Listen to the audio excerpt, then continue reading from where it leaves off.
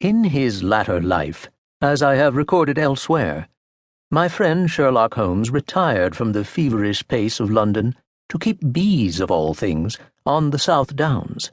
He thus terminated his career with no regret whatever, turning to that husbandman's activity with the same single-mindedness that had enabled him to track down so many of the world's cleverest criminals.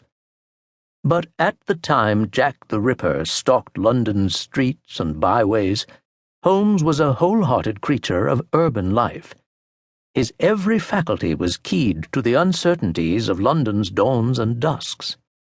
The sinister stench of a Soho alley could set his nostrils a-quiver, whilst the scent of spring stirring a rural countryside might well put him a-dozing. It was, therefore, with surprise and pleasure that I witnessed his interest in the passing scene as the express hurtled us towards Devonshire that morning. He gazed through the window with a concentrated air, then suddenly straightened his thin shoulders. "Ah, Watson, the sharp air of approaching winter.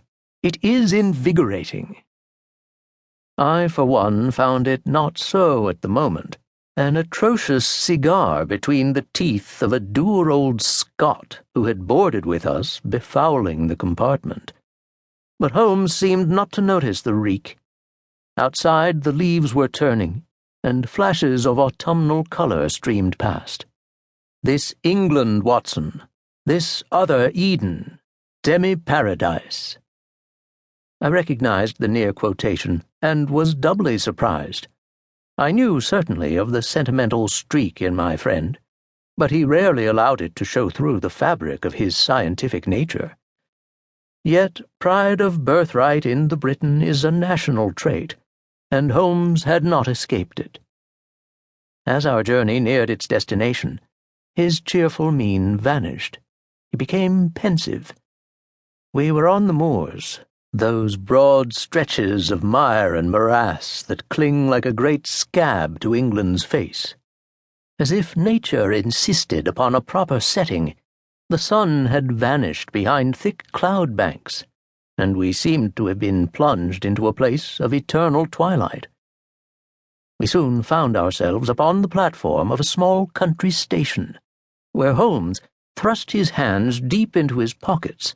His deep-set eyes kindled, as they so often did when he was beset by a problem. "Do you recall the affair of the Baskervilles, Watson, and the curse that darkened their lives?" "Well do I. We are not far from their holdings, but of course we go in the opposite direction. And just as well. That hound of hell still haunts my dreams." I was puzzled.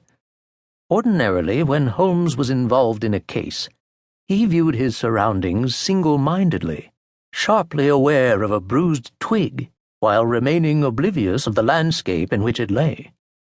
At such times, reminiscence was no part of it. Now he stirred restlessly, as though he regretted having allowed impulse to send him upon our journey. "Watson," said he, "let us arrange for the rental of a dog-cart, and get this business over with." The pony we procured no doubt had relations among the ones that ran wild on the moors, but the little beast was tractable enough, and it clipped steadily away at the road between the village and the Shire's landhold. After a time, the turrets of Shire's castle came into view, adding their tone of melancholy to the scene. "The game preserves are beyond," said Holmes. "The Duke has a variegated terrain."